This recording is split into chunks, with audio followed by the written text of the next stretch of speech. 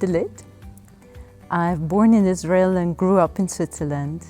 And as a child, actually, I wanted to be a dentist for elephant. But it happens that today I'm an entrepreneur and I'm the co-founder of the award-winning startup Swiss Cognitive, and we are looking at AI. My school was actually very tough. I had to repeat the classes, and I figured out that I'm actually not really the brilliant student. But at the end of the day, suddenly, I felt very comfortable within the mathematics and physics. I went into information technology, even into computational biology and gene technology. And there I found out that technology is actually a great tool that helps a human being. I really love to read posts and blogs, especially in LinkedIn. This is where I follow different people. Besides my passion for technology, I'm a loving mother of 2 young women girls, so I love to go out with them, do things. I'm actually a mountain biker, and I love high heel. We're running a startup, Swiss Cognitive, what is a network that connects and shares experience all around cognitive technology. And I'd rather talk about cognitive technology than AI, because we don't talk about sci-fi, we don't talk about Terminators, we talk about the real thing. What can we do with technology? We have a lot of debates. We're inviting all the stakeholders in the ecosystem to discuss, to exchange, to learn from each other, and to make sure that we develop our future based on an intelligent AI.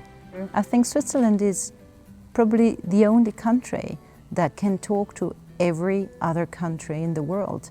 If they're going to listen to us, this is another question, but at least we have the ability to talk to them, to tell them what we think. And also with regards, again, to the human right, Switzerland has a great stake in there.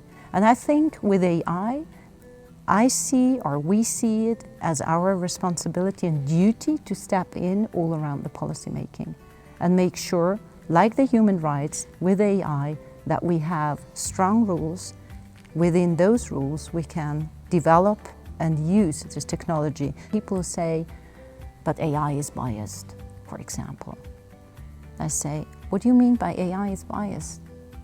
It's a human being who is biased. So for me, it's like now we have the chance to unbias the bias. The algorithm is just putting the mirror in front of us, telling us, you know what?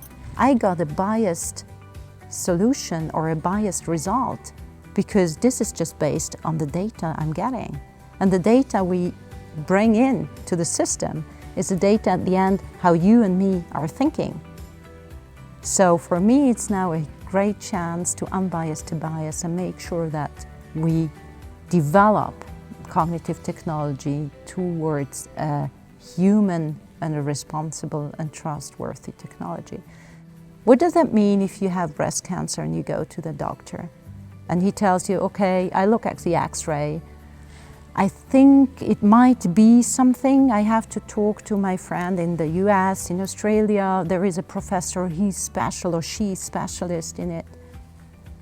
Now with AI, you can actually compare to thousands of similar pictures. At the end of the day, it's still the doctor who is looking at me, it's still the human being, it's still a human being talking to a human being, and find out also on a psychological view, like where you're coming from, how you live, how healthy you are, how your appearance is. We still need that. To predict now is very, very difficult. But one of the most important things for us is to make sure that we do a lot of awareness campaigning around the topic of AI, bringing it down to a level where companies see their chances, how they can incorporate the technology in their business. And there are different things. I mean, there is not only research and development, there is also about just doing your products and services smart. And this is a process. You know, in the old economy, we were always thinking in these silos. And how can I compete? I have to get bigger and wider and take more out of the market. And instead of doing this, I think in the future, and it's actually not in 10 years, I think this can come instantly. Next day, you're going to stand on the wrong tectonic plateau because someone just decided to do it differently. So what we need to see is which part of our business can we disrupt with technology? Do I want to go to a doctor who is a human being, but he relies on the technology, who does all the statistical evaluation, who checks different kind of x-rays, for example, with a huge database of other similar pictures? Or do I really want to be treated by a robot? Probably not. Unfortunately, I had to be quite a while in the children's hospital with my daughter when she was small. And I was sitting there, and I'm telling you as a parent, it's really tough if you sit there day by day and you see how stressed the nurses are.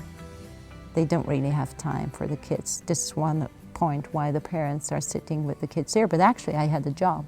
So I really had to take off to be able to sit there. And I was thinking to myself, you know, when the kid is in a good shape and she had a good day, if a robot will come and bring her the food, bring her the pills to take, and would even joke with her, sing with her, play with her, what's bad in that? But when she's doing really bad, if she has pain, and if she's afraid and she's crying, then she needs a nurse. And then the nurse would have time, because she's here when she needs her. And this is one of the things that I see, that we as human beings, we don't need to fight against the technology. We have to find a mutual way, a mutual beneficial way. How can we support ourselves? Because the human being is not as fast, is not as performant like the technology. So we should outsource where we are weak and remain with the things that we are strong. And these are feelings, emotions, and still creativity.